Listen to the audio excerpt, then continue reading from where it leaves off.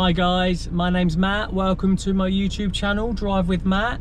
Today I'm going to do a video about the driving test, specifically top 10 driving test myths. Okay, so if you like this video, or if you enjoy it, if you find it useful, I'd really appreciate it if you could like and subscribe. That would be lovely. Thanks guys. So the first myth, the big one, lots of people ask me this, is examiners have a pass quota.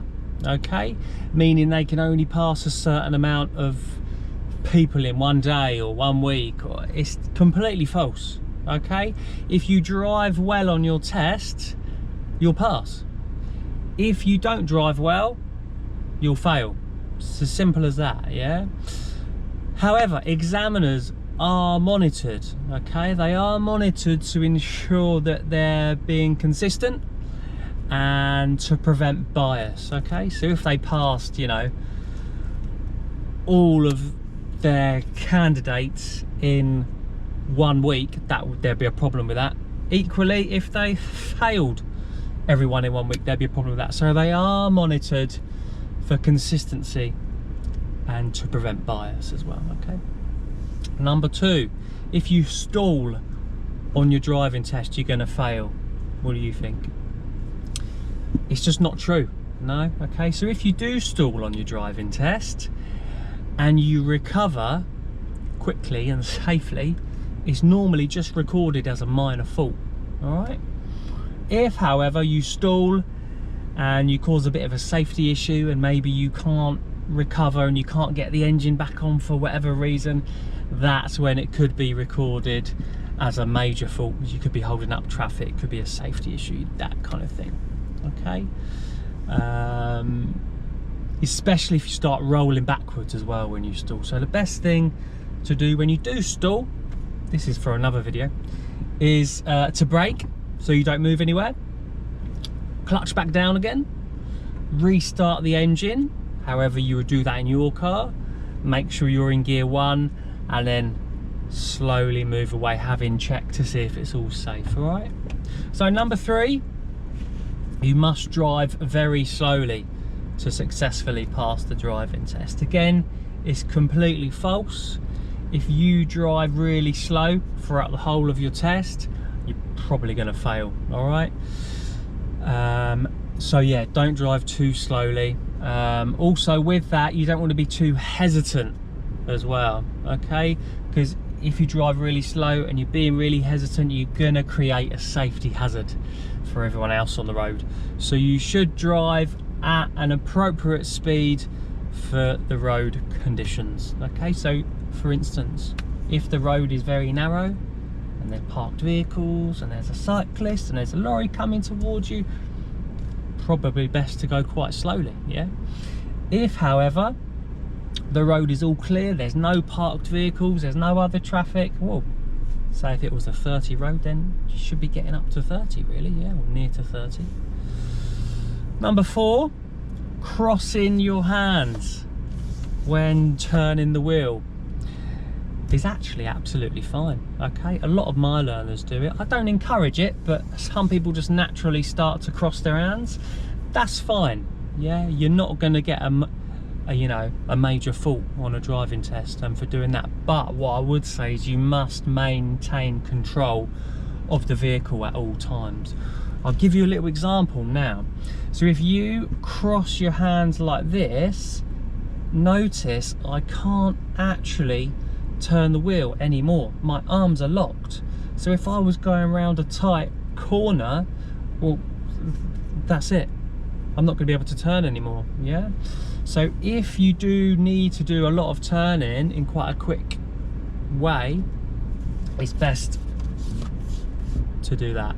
Feed the wheel through your hands. All right, everybody, they pick up their own little way of steering. All right, maybe that's another video I could do as well. So yeah, you can cross your hands, it's okay.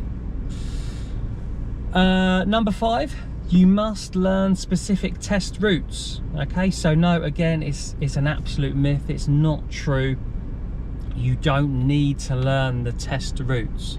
There are multiple test routes, different ones you know, at every driving test centre. You don't need to learn them. However, what is really useful is if your instructor could take you through those kind of tricky areas. Every test centre has got them.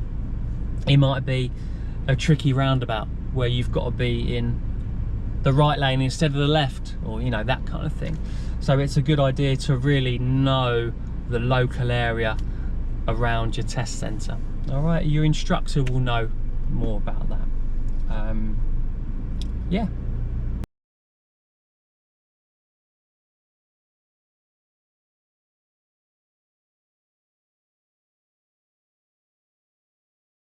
So moving on, number 6, you must use a special test centre car. So it's completely untrue.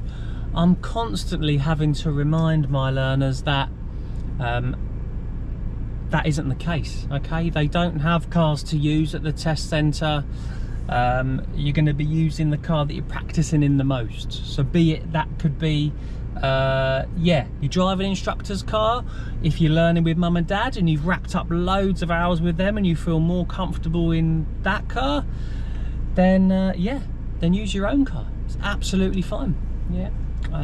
So yeah, number 7, if you take a wrong turn on your driving test, you automatically fail. Again, it's completely false. Okay, if you do miss a direction, yeah, your examiner will just simply redirect you when it's possible. Okay, a wrong turn isn't a major fault unless you do it in an unsafe way.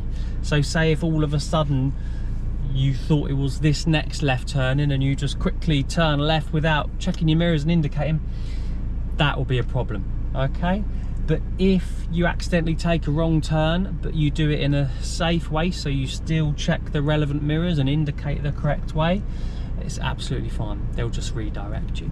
All right, examiners, yeah, number 8, examiners will try to trick you. Okay, again, it's just completely untrue.